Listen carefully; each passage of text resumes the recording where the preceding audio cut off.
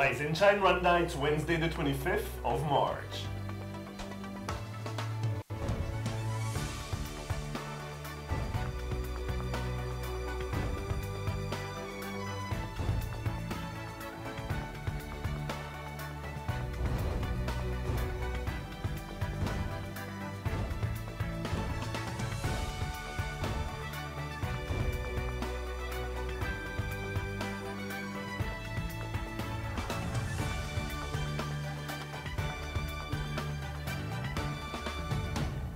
Coming up on today's Rise and Shine Rwanda.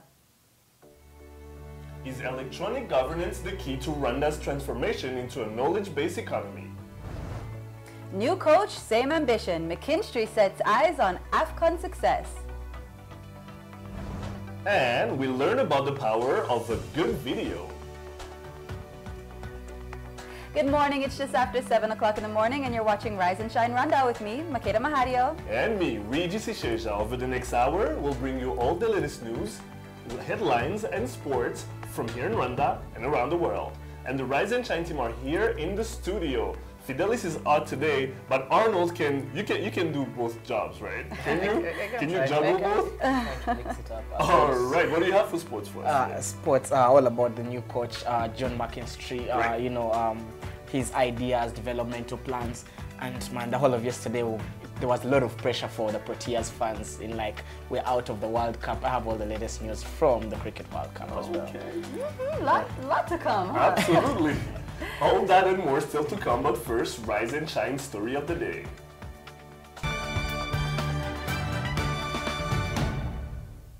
As we enter the last 5 years of Vision 2020, Rwanda has embraced e-governance more and more, a way to explore the impact of e-government on the socio-economic transformation of the country's population. The goal is to transform the Rwanda from an agricultural-driven economy into a knowledge-based economy through electronic governance. A two-day conference taking place in Kigali aims at promoting ICT as a new tool for service delivery. Take a look. Rwanda is in the process of boosting existing e-governance systems for improved service delivery. With an economy that's mostly agricultural-driven, the country has been leaning more and more towards technology with electronic governance at its heart. The transformation has many dimensions, for sure. The first dimension is about access. We want to make sure that when we talk about that transformation, it doesn't remain a myth or something that people hear about, but they don't understand or own. So access to ICTs, and we're talking about mobile devices, we're talking about computers, television, is very, very important. And we've been tracking the progress that we are doing in this regard. Secondly, skills is very important. We are talking about digital literacy and digital inclusion, being able to put everyone as part of that transformation agenda. And thirdly, and I think that's where people like to focus, is on services. What is it that is available online? What part of the business processes and government processes are done electronically? And I would say that Rwanda is really moving across all those areas at a very high speed. The two-day Commonwealth e-Governance Africa Summit 2015 held in Kigali under the theme Smart Governance Through a Network Government has attracted more than 200 participants from across the globe, including policymakers, regulators, and application providers to promote ICT as a new form of service delivery. Rwanda's moving from an agricultural-based economy to a knowledge-based economy. And everybody thinks that's an easy transition. You just need a charismatic president, a champion, people who are willing to bring the technology and how that can be applied. To an extent that's true, but it only goes part of the way. We have an expression in English, throw the baby out with the bathwater. It isn't about either or, it's about both and. So it's how can these incredible new technologies, which are undoubtedly transformative, actually help Rwanda develop as a modern economy in the 21st century. And that will require using the technology to support agricultural systems, using the technology so people in the poorest and the most marginal areas can find out what the government's doing, what the best practices are. And of course it's building new types of economic activity. One of the exciting things about digital switchover, for example, is the way in which it's enabling a whole new generation of broadcasters to develop. Organized by the Ministry of Youth and ICT in collaboration with the Commonwealth Telecommunications Organization, The forum highlights e-governance as the employment of technology in providing efficient service to citizens and easing the government's role. Iyo ndebye na experience z'ibindi bihugu biri technology based mbona hari iterambere nini bagezeho cyane yuko mu Rwanda dufite igihugu kitari kinini bisabye umutwe gusa ntabwo bisabye ikindi bisabye kuba ufite ubwenge ufite umutwe muzima hanyuma ukabishobora kuba uri na able yo kuba wabikora. It's also a chance for Rwanda to showcase its progress in e-governance as well as learn from other countries and stakeholders. There is quite a lot of progress that has been done in technology adaptation for agriculture sector in Africa, and Rwanda is in the leading position in that regard, and we're very happy to witness such developments. A great opportunity for the country to get closer to its ambitions. Regis Isheja, Rise and Shine Rwanda. And joining us in studio is Hervé Rutagengwa Gabiro, CEO of Medmasoft Limited. Waramutse Hervé. Mwaramutse neza. Icyo nifuza kumenya cyambere ese iyo bavuze ko u Rwanda rwahoze ari economy yari based kuri agriculture. Ubu ngubu ubuhinzi bukaba atari bwo tureba cyane cyane ariko tukaba dushaka gukoresha ikoranabuhanga, ubumenyi bikubwira iki? Icyo bimbwira yuko twahisemo neza. Kubera ko dufite igihugu gitoya kandi igihugu gitoya dufite tukaba dushobora kukibyaza umusaruro bidaturutse mu butaka gusa ahubwo twaturutsa no mu bwenge twabona n'umutungo uturutse mu bwenge. Hervé, uri CEO wa kompanyi yawe Medmasoft. Muri Medmasoft ikoranabuhanga muri koresha mute? Muri Medmasoft twebwe dutegura za programme za software nk'ubu dufite software ifasha muri education. Ni system yitwa Ireme Smart School. Dufite software ifasha small and medium enterprise. Dufite system ifasha direct beneficiary monitoring system. So ku buryo twebwe dutegura system zishobora gufasha abantu mu bijyanye n'ibikorwa bakora bya buri munsi.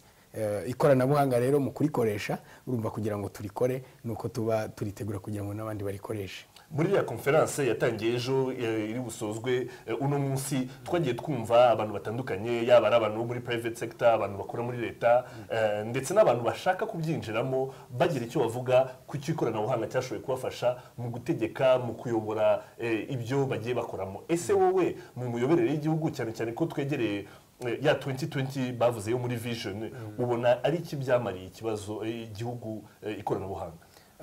Ikoranabuhanga ritugejeje heza kuko icyambere ikoranabuhanga ryihutisha akazi. Nukuvuga ngo ryihutisha akazi, icya kabiri rikagabanya cost kubera ko hari kuzi imwe zagendaga ku bintu rigabanuka. Ikindi ikoranabuhanga rifasha ni gukora mu buryo buri transparent. Nukuvuga ngo ibijyanye no kunyereza imitungo mu bijyanye no kwiba umutungo wa leta cyangwa n'ibindi iyo haje mu ikoranabuhanga ryiza rikoze neza bituma ibi byose bivaho cyangwa bigabanuka. Nukuvuga ngo uko ikoranabuhanga rigenda rizamuka mu gihugu ni nako hagenda hagabanuka ibyaha bimwe na bimwe biba mu gihugu. Muri conference ya Commonwealth ifatanyijemo na Ministere y'Urubyiruko na ICT twagiye tubona hari abantu baturutse impande zose zo kwisi bakaba baje kugira icyo batumenyesha ku bumenyi bamaze kugeraho akaba ari urebye neza kugira ngo ubumenyi twe tumaze kugeraho tububereke nabo batugezeho ubumenyi bamaze kugeraho. Ese ni izihe ntambwe dukeneye gutera kugira ngo natwe tugere ku rugero rwa bimwe mu bihugu byaduciyeho? Icyambere gikenewe nuko exchanging technology. Nukuvuga ngo abantu bahari aba expert bo hanze tukabakuraho technology zimwe tukazizana hano. Hanyuma ikindi nabo bashobora kutwigiraho umuco. Nukuvuga ngo hakabaho technical exchanging ubwenge. Bakagira ibyo batuzanira natwe tukagira ibyo tubaha. Icyo navuga rero muri iriya nama tuba twahuriye n'abantu batandukanye. Bamwe bavuye mu Burayi, muri Amerika, mu bihugu bitandukanye. Iyo duhuye nabo tuganira nabo tukumva iwabo uko bimeze hanyuma tukareba natwe hano icyo twakora kugira ngo tubashe kugera kuri urwo rwego. Usibye ko hari n'igihe usanga nk'ibihugu dutekereza ko byateye imbere cyane wajya kureba ugasanga hari technology zimwe turi guhuriraho tugasanga nabo nibwo bakizigeraho. ejo nahoze numva muri conference twari turimo nahoze numva ministre w'urubyiruko na ICT honorable Jean Philbert Nsengimana avuga yuko arimo byari nk'ubuntu bw'ubushongore abwira wari uhagarariye Burundi wari waje amubwira ati hari byinshi tumaze kugeraho kandi ngira ngo igihugu cyacu kimaze kubyerekana ko ari intambwe nini tumaze kugeraho. Hari umudamu ukora muri mu muryango w'abibumbye twashoboye kuganira akavuga ati Afrika imaze kugera ku ntambwe ndende ariko noneho u Rwanda rwo intambwe rumaze kugeraho ni nk'u Rwanda urebye neza ku mugabane wa Afrika. Ibyo bikubwira iki? Mu by'ukuri kwiyumvamo ubushobozi ni kimwe mu bintu bituma umuntu agera ku rwego rwiza. Ni ukuvuga ngo mu by'ukuri ntabwo navuga ngo twageze kure cyane ariko nanone ugereranyije n'ibindi bihugu tugenda tubona usanga u Rwanda ruri advanced, hari ahantu rugeze. Navuga nk'urugero iyo urebye mu bintu bijyanye na transfer z'amafaranga, mobile money, hari ibihugu by'i Burayi bataragera kuri ibyo bataragera kuri iyo technology. Ntabwo ari kuvuga ko ari technology ikomeye cyane ariko hari ibihugu nasanga nabyo batarabasha kugera kuri ibyo ngibyo. Nkareba mu bijyanye na nk'ubu ngubu mu Rwanda buryo tubona za registration za RDB, uburyo baguha trade license kugira ngo uyibone ukayibona mu masaha 6 kubera ukabikora online nabwo ukagenda ugiye kuyifata gusa. Mbona mu by'ukuri hari intambwe u Rwanda rumaze gutera usibye ko tugifite byinshi byo gukora kugira ngo tugereho. Hervé Rutagengwa wakoze cyane kwitabira ubutumire bwacu kandi ugira umunsi mwiza. Murakoze cyane. You're watching Rise and Shine Rwanda. Will be right back after the break.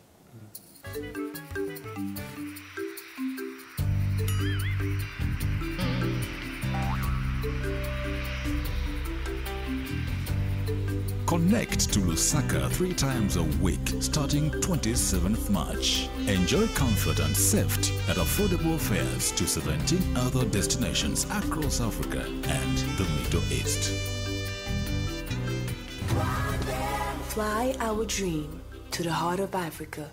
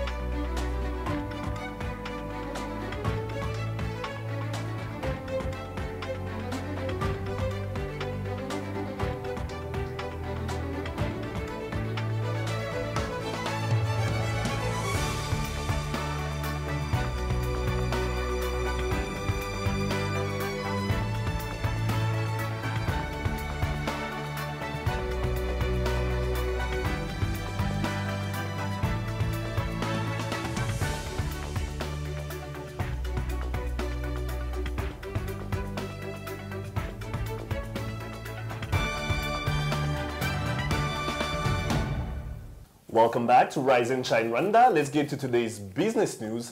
Fidelis is out, but Makeda has the details.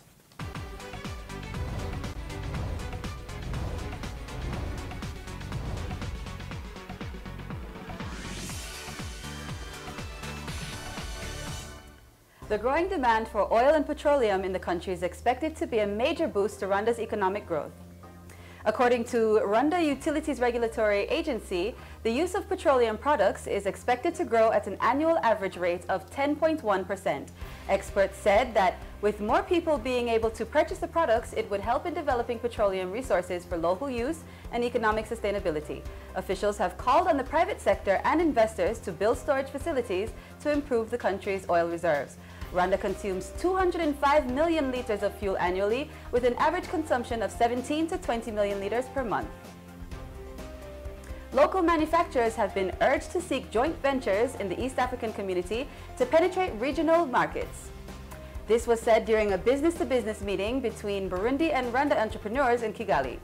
RDB and the private sector are working with firms from all regional countries under the Market Linked program, which links Rwandan companies with potential distributors across the region through organized sales missions. Officials said that the partnership would help strengthen the country's manufacturing and export sectors and promote economic growth. And Tanzania has reversed its decision to cut Kenya Airways' weekly flights from 42 to only 14, following lobbying by the national airline. This comes after President Uhuru Kenyatta and President Jakaya Kikwete met in Namibia and agreed to reinstate the status quo. Last week, Tanzania's aviation authority announced that KQ would only be allowed a maximum of 14 flights per week. This was a blow to the national carrier, especially after its flights to Liberia and Sierra Leone were suspended last year following the Ebola outbreak. You're up to date with today's business headlines. Sports is coming up in just a moment with Arnold Quizera.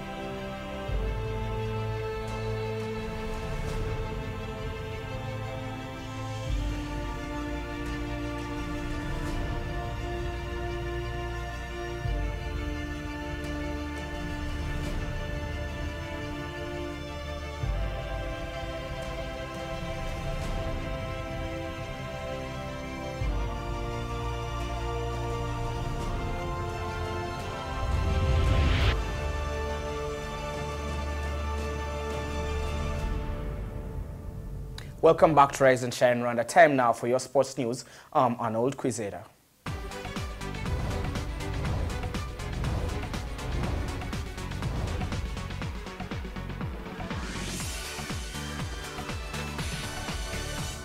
Starting with local basketball, three-time reigning champions Espoir Basketball Club thrashed struggling University of Rwanda College of Education 72-35 to join UGB and CSK at the top of the National Basketball League standings. The Nyamirambo-based side jointly lead the table log with 13 points along with the United Generation basketball team and Cirque Sportif de Kigali. However, the latter two have played a game more. 19-year-old youngster Bruno Nyamwasa led a sport charge with a game-high 25 points, while Olivier Shaka and Ian Mugabo contributed 13 points apiece. New Zealand middle order revival led by Grant Elliott steered New Zealand to a nail-biting 4-wicket win over South Africa with 1 ball to spare as Elliott pulled a 6 off the penultimate delivery by Dale Steyn to power the hosts to their maiden Cricket World Cup final at Eden Park in Auckland. New Zealand won a brilliant Cricket World Cup semi-final against South Africa by 4 wickets as they reached 299 runs for 6 to eclipse South Africa's revised DL total of 297 in 43 overs. Elliott kept his nerve in the final 2 overs when 23 was needed and benefited from a dropped chance in the outfield on 76 when Farhan Bahadien at square leg spilled it as JP Duminy dumped into his teammate. Steyn was commissioned with the final over when 12 runs were needed for a win. Daniel Vettori hit a square boundary to a point. The Federation of Rwanda Football Association, FERAFA, finally got their man. John McKinstry was unveiled as the new national team coach with his first task straight away against Zambia's Chipolopolo. I was at the FERAFA headquarters for the Irishman's unveiling.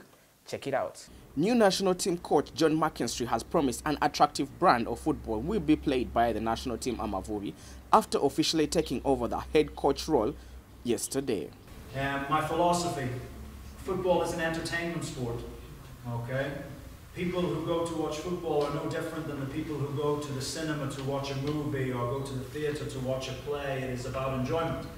I grew up watching great attacking football and goals being scored, and for me, I want to play football that the players enjoy to play, but also the supporters get up on their feet, and that the crowd here at the Amahoro Stadium, they will hardly sit down because they are excited. That's where we want to take the team. The 29-year-old Irishman, whose contractual terms with the Rwanda Football Association, FERAFA, have not been availed to the press, was quick to get off the mark, holding his first session immediately, though noting his age will not matter when it comes to asserting his authority in the dugout. To invest myself, and so an age, it doesn't matter. I've been coaching in this game for too long, professionally for too long, that out on the pitch my authority is absolute, and I believe that we will take the game forward. We will make Amavubi better. There is no doubt about that. FERAFA President Vincent Zamuita also noted that the age issue did not come into contention in recruiting the world's youngest national team coach. benshi tubonamo abajene cyangwa se abakiri bato kurusha abari bahari imbere kandi bibuza gutanga umusaruro. Ngewe ngira ngo ahubwo twabifata nka avantage kuko imyaka irimo energy, tuzabatoza baza benshi bakicara no benshi batashobora no guhaguruka babwira abakinnyi ibyo bagomba gukora kubera imyaka nyine cyangwa bashaka za rubagimande cyangwa iki, dushake n'abajene bashobora guhaguruka bafite iyo energy mbese n'ubushake. Rwanda is set to take on Zambia in a friendly fixture on Saturday and come into the tie with their highest ever FIFA ranking at 64, but the new man was quick to note that a great challenge lays ahead, but there's still room for success. But I see the beginning of something. I think there are the foundations have already started to be laid. I've looked around in terms of the facilities of the association and the staff that are already here and the ones that are to be appointed, as the President has already spoken about. There are the seeds of something to grow. So for me, I've seen a great potential. I had other offers from places where I could have had an easy life. I could have went to national teams where they maybe would have said, for the next 5 years, we just want you to develop and we will pay you lots of money and you won't be under any pressure. But that is not for me. I want there to be pressure to win and to develop. That is what I live for. And so here, there is a big challenge. There are expectations for us to improve and to become better and to play better football and to win games of football. That pressure is real. But I enjoy that pressure. That is what football at this level is about. And so, those are really my motivations. It is a challenge, but there is the potential for success. With over a decade since Rwanda's last qualification in the Africa Cup of Nations, success at next year's CHAN competition is seen as a daunting task for the new Amavubi coach. Arnold Kwizera, Rise and Shine, Rwanda. Joining us in studio is our usual pundit and guest, Moses Kahiji. Moses, welcome back to the show. Thank you so much for having me. So Moses, you have been part of this, seeing the process of the recruiting of the Ferrafa coach. Yeah. First of all, is John McKinstry the right man for this job? I think it's not a point of John McKinstry where he's coming from. It's what he brings on the table. I think that's the most important aspect here. John McKinstry, we've seen he has coached in the past the Sierra Leone national team, and he really performed well, and he's a very confident young man. I think he has a huge task ahead of him. He's come at a very critical period of time where Rwanda is going to, to host the Chan tournament. So I think right now is a very critical time for Rwandan football. We are revolutionizing everything. We are starting from scratch, building the raw talent, the young talent. So I think he comes at the right time, and I like the fact that he's young. He's going to be there with the players. He's going to be technical. He's going to push them. He's going to be there with them all the way. So I think it's a good catch. Yeah, something that you caught my ear that you just said there. He's a very good young man. Do you feel he will assert his authority? Because he is 29 years old. Yes, age is not a factor, but will he be able to command the Sol Buteras, players of the Mujis, those players who are older, Olivier Kwizera? Will he be able to tell them, you know what? I don't care if you're 32, if you're 34, I want it done this way. And do you think they will listen to him? I think leadership is not about age. It's about your character. And it will depend on what he brings on the table. If he asserts himself as a person of character, I think his character is going to really shine through. And footballers are very disciplined people. They will look up to him, they will listen to him, and I think he's going to make something. Some may not agree with you about the discipline of footballers there. But now, going on to another aspect, still in the coaching sector, the assistant coach of the Amavubi again, right now we are dealing with two APR coaches, Vincent Mashami coming in to assist. Do you think it's a right strategy to have a coach coaching a club to also be an assistant coach with the national team? I think it gives you, football is about the diversity. When it exposes you, I think the exposure is going to get in these two portfolios. I think it's going to come into play because you learn every minute, you learn every day. So I think that won't be much of a factor. I think I think even being there, when you're a coach, you're an observer, and at the same time you're a participant. So I think this diversity, this exposure is going to really come into play, and let's hope for good results. Yeah. So Vincent Mashami taking on two roles there. He is grooming. I think he's being groomed for one day to take the reins of the national team coach. Still talk locally based coaches. Ferrafa is coming up with a program for locally based coaches. You've been working on that project. What are the fundamentals of this project? Who is it targeting, and when is it going to be rolled out? Yeah, I think I read somewhere Ferrafa has started up a robust program, not only growing local talent, but even local coaches. So I think the technical, going back to the roots, going back to the drawing board is very key here. And the results might not come instantly, but along the way, in the coming years, I think we shall see a difference. And I'm looking at a time where we shall have sound, technical local coaches, Rwandan coaches.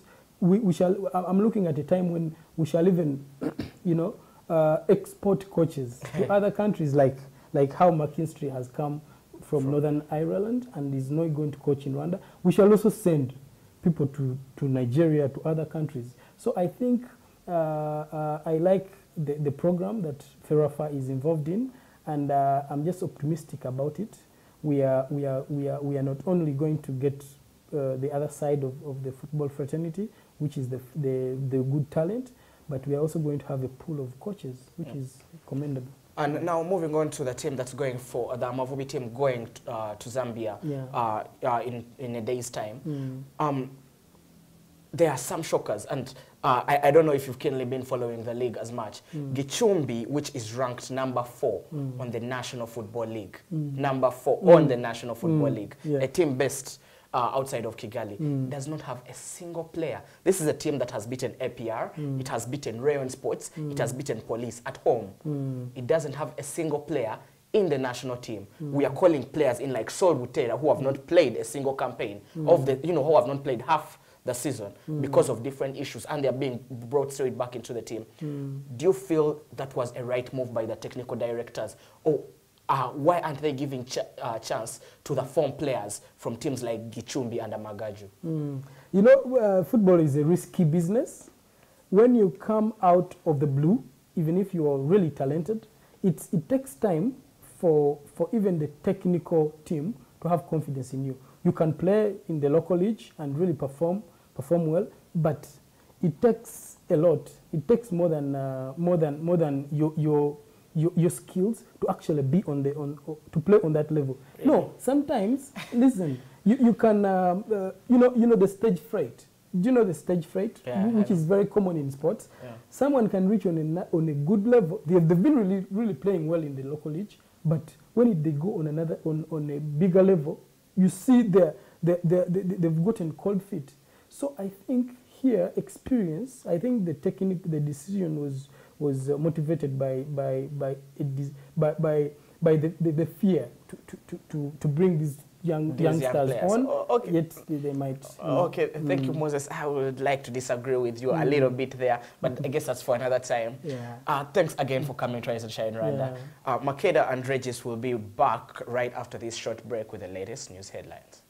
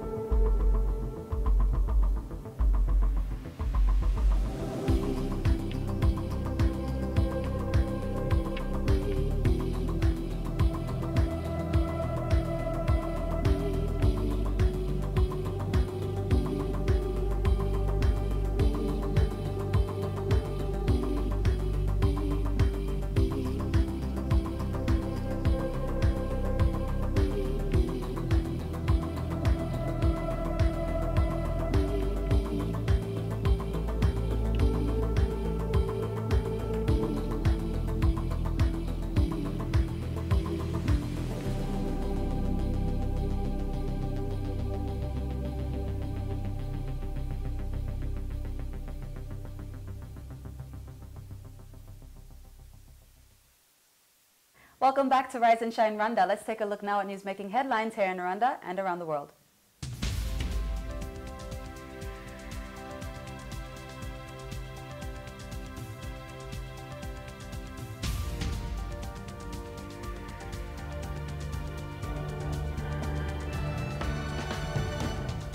The Minister of Youth and ICT, the Honorable Jean-Philbert Nsengimana, said that Rwanda targets to have 70% of households connected to the internet by 2017. Minister Nsengimana was speaking during the opening of the Commonwealth Electronic Governance Forum, which kicked off yesterday in Kigali. The ongoing conference brought together more than 200 policymakers from the ICT sectors to explore different contributions from e-government on the socio-economic transformation of the country. He said that services between government and citizens will be available online by 2018 to bridge the gap of access to information for both the public and the businesses. This is hoped to improve public service delivery through the digitalization of various services. The mayor of Rubavu district, Sheikh Hassan Bahame, was arrested on corruption charges earlier this week. This comes after police arrested Judith Kaitezi, the district notary, on similar charges. Authorities said that their assets came as a result of an inquiry sanctioned by the district council into alleged violation of tendering procedures in the construction of a modern market in Gisenyi town. The two officials are said to be awaiting prosecution. In regional news, the leaders of Egypt, Ethiopia, and Sudan have signed a preliminary deal on sharing water from the Nile River, allowing Ethiopia to continue with its construction of Africa's biggest hydroelectric dam. The leaders said the Declaration of Principles will pave the way for further diplomatic cooperation on the Grand Renaissance Dam, which has stirred fears of a regional resource conflict. In 2013, Ethiopia's parliament ratified a controversial treaty to replace colonial-era agreements that gave Egypt and Sudan the biggest share of the Nile's water. The dam is expected to provide 6,000 megawatts of power. Ethiopia received strong backing from 5 other Nile Basin countries: Rwanda, Tanzania, Uganda, Kenya, and Burundi. And in international news, officials reported that an Airbus A320 airliner crashed in the French Alps, leaving no survivors. The plane, which belongs to German airline Germanwings, was en route from Barcelona to Dusseldorf, Germany, with 150 passengers on board. French President François Hollande expressed his sympathy to Germany and said that the conditions of the crash, which have not been revealed, led to officials to believe there were no survivors.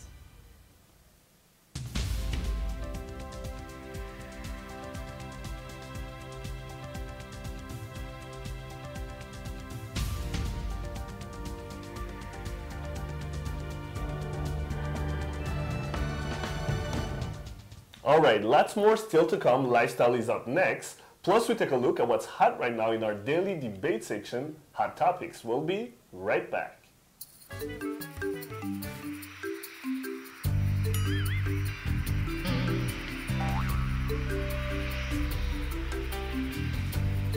Connect to Lusaka 3 times a week starting 27th March. Enjoy comfort and safety at affordable fares to 17 other destinations across Africa and the Middle East. Fly our dream to the heart of Africa.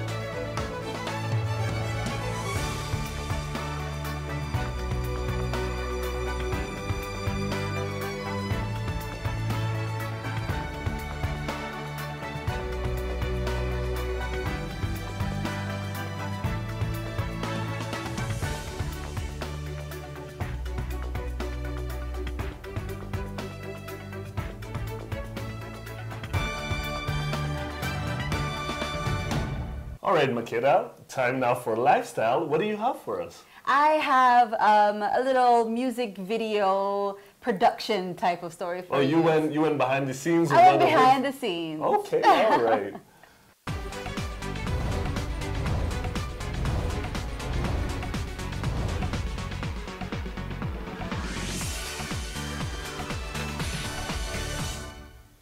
Over the past couple of years, with more TV stations launching and social media becoming a major marketing tool, local singers and rappers have been investing more into the clips for their songs, understanding that the importance of having the right image is key in today's industry. Yesterday, I met with a man who produces some of the most creative, high-quality music videos in Rwanda to learn more about this phenomenon. Take a look.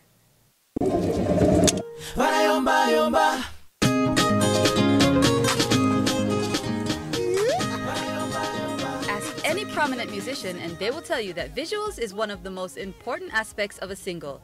A good music video can take a song to the next level, and Rwandan artists are starting to take this to heart. It's because, I think it's because more televisions are starting now, and now people are more interested to know who's the singer, you know? So I think that's why they're trying to put more effort in doing music videos. That's my thought. I think because of many companies like telecom companies, like breweries and stuff like that, artists start to get money out of what they do. And I can say more, it's this program of Guma Guma. I think that that one of the program who helped a lot the artists to get money and to put more effort in what they're doing, because in Guma Guma, I think they get a lot of money every month, even those who are not going to win and stuff like that. And the condition is to have good videos, good music, you know. So that's why I think they put more effort in doing what they do, and they get a lot of money on that. So that's why you see them now. They can go outside the country and do videos, US and stuff like that. And for more coming years, I think it will be better than what they do right now. Mehdi has worked with some of the biggest artists in the local industry, such as Knowles, King James, Dream Boys, and Tom Close, and is easily one of the most prolific audiovisual producers in the business, having worked with everyone from artists to event promoters to government. You know, now I can say Rwanda become, if I can say, it's become to be known internationally in what's happened here, you know. And if you see videos of other people like Nigeria and people from the United States or East Africa, we used to be, you know, how do we call it, down than others, but the competition is becoming high.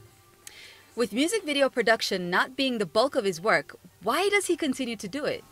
Music videos, it's just a passion. I can say I don't get a lot of money into it. It's just it's something that I like to do, you know. In music videos,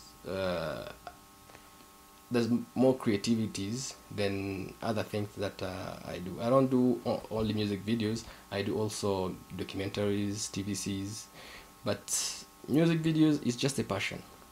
I like music videos because you become more creative every day. When an artist brings you a song, there's different subjects, and you become more creative. So I learn a lot in doing music video. In what I do, I learn a lot in music video then. It's clear this industry will only be growing larger, and Mehdi plans to contribute to that. What I'm planning is to give what I learned to other people. So I have a plan of every year to do some 2 weeks training. It's a free training. It's not going to be people paying. You know, 2 weeks training, and then create every year one movie from what people learn. So it'll be training in filming, editing, and directing, and at the end of the day, those people sit together and then they write a script idea, and then they do a movie from what they learn.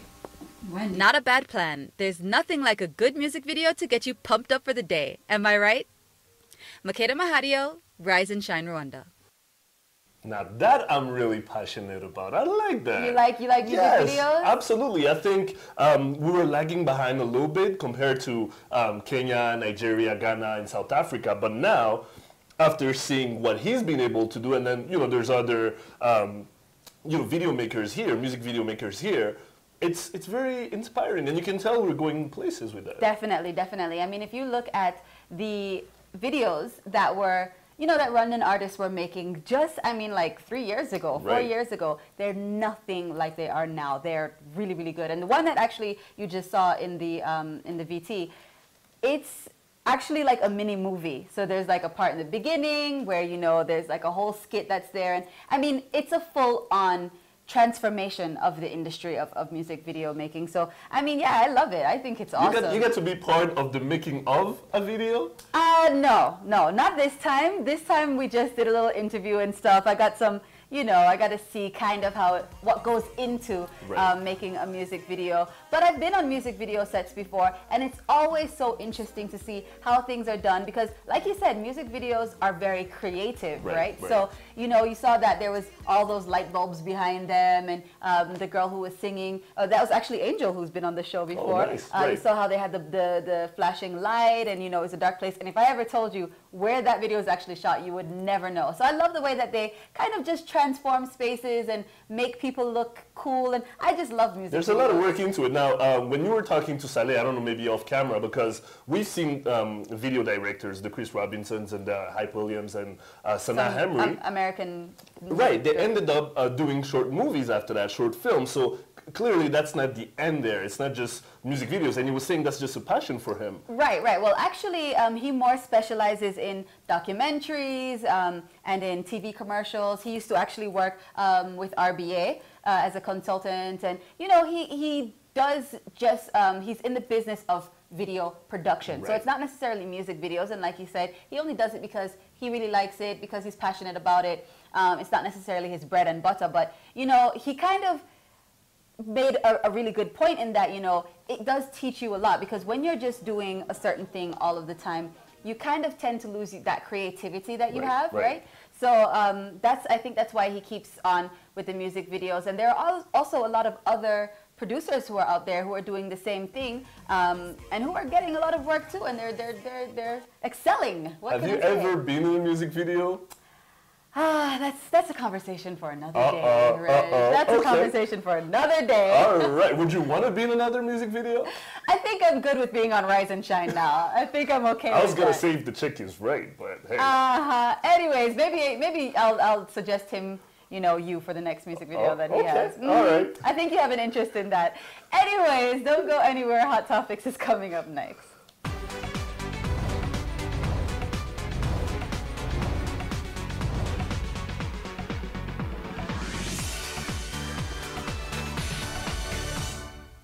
Welcome back, and it's that Hot Topics time again. As always, the Rise and Shine team have been out and about gathering everything you need to know about what's happening here and abroad, from what's trending on Twitter and Facebook to the debates in your local cafe or bars. We've got it for you right here, right now. Now, let's get into the first hot topic. Apparently, a very, very, very popular musician here in Rwanda, and actually the last person to win Primus Guma Guma Superstar is getting,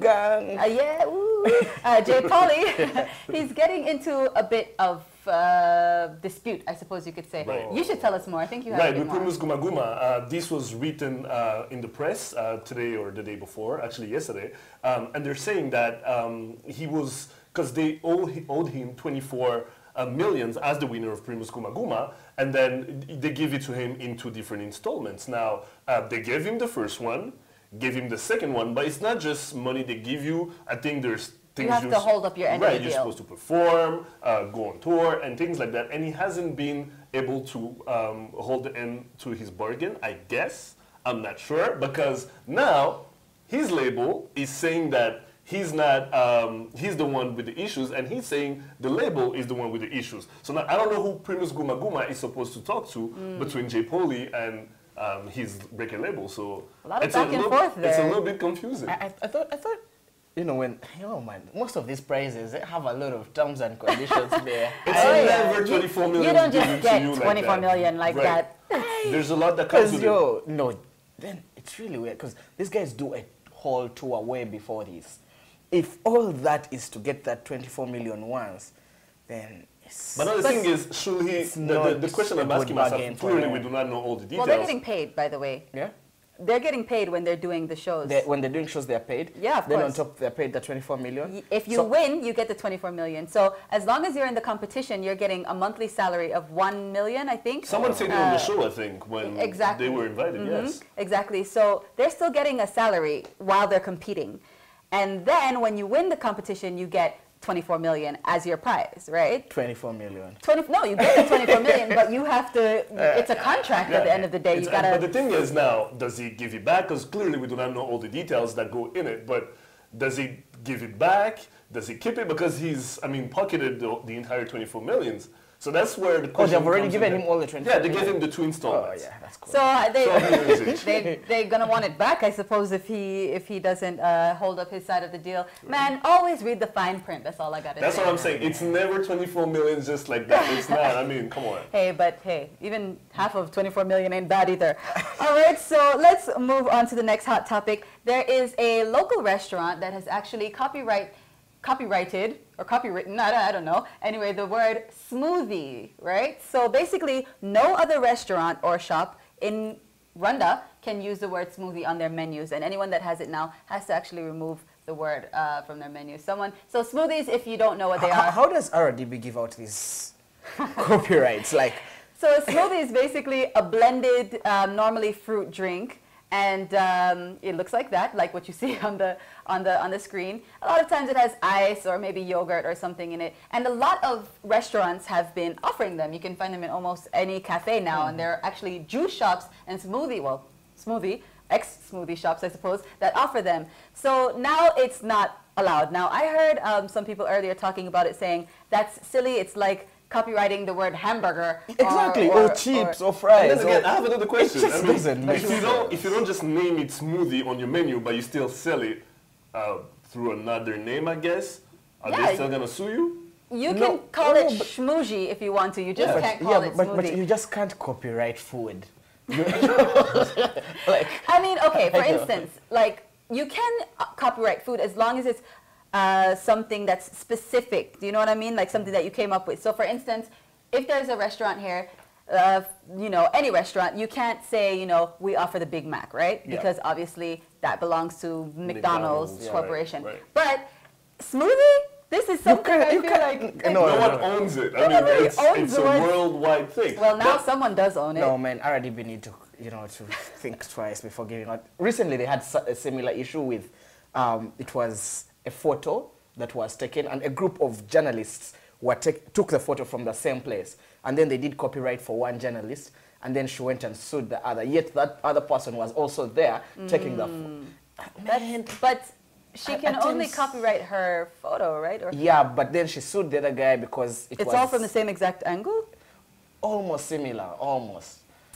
I mean, these law things are stretched to the point where you cannot believe. But I'm just saying, if you want to sell smoothie, just call it something else, and you're still gonna sell it. I doubt people are gonna actually take blended drinks or whatever off of their menu. It's just that they have to now change it to something else. And it's good, you know what? I see lawsuits here, man. There are going to be lawsuits. You know what? I think that it promotes creativity. Call your smoothie something else. Call it whatever you want. And a lot of people are gonna be taking it too. So I mean, it's not gonna change. Call it the mix smoothie, or call it the max smoothie. That's a good one. Anyways, moving on to the next hot topic. So there is. Oh, this is actually really good news. There is a African entrepreneur. Actually, he's really big philanthropist.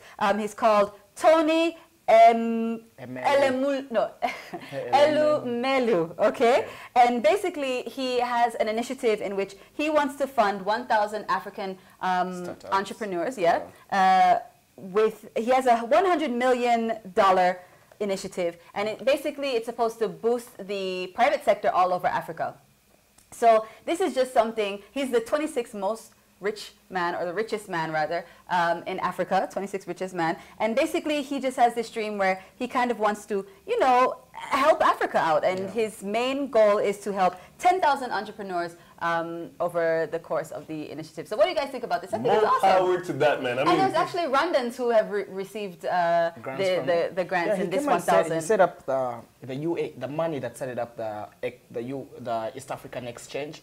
That's based at the Kigali City Tower, the one that's in charge of grains and the likes. He was here in around 2013 to set it up and encourage more people. He feels, because he is a billionaire who actually gained all his money from Africa with an African education in Nigeria. So he feels the Africans can find solutions to their own problems. Him and who supposedly his best friend, Dangetu, Africa's richest man. So they have these networks and they feel Africans should find solutions. I say more power to that. For so long, I mean, we heard Bill Gates is giving money to Africa and then Warren Buffett is giving, which is great. I mean, that's great. If they have the money and they can contribute, more power to them. But it's even better when it comes from sons and daughters of Africa. I think it has a meaning behind it. Like Arnold just said, I didn't even know that his education was here in Africa. I mean, that just, it's a whole nother level. It's amazing. Yeah, I mean, I don't really think there's anything really to debate unless about terms this. And conditions with this. Make sure that you all of your side of the bargain when it comes to that. Well, anyway, don't forget that we love to hear your thoughts, comments, and feedback on what we're talking about here on Rise and Shine Rwanda as well. Tweet us at Rise and Shine RW. We are constantly checking out for what you guys want to say. Like us on Facebook and send ideas for programs or tag us in photos or just comment. Check out our Rise and Shine Rwanda YouTube page where you can catch all the shows and reports that we upload daily. Follow us on Instagram, Rise and Shine RW. We love to see your pics. Or just check out the Rise and Shine Rwanda website.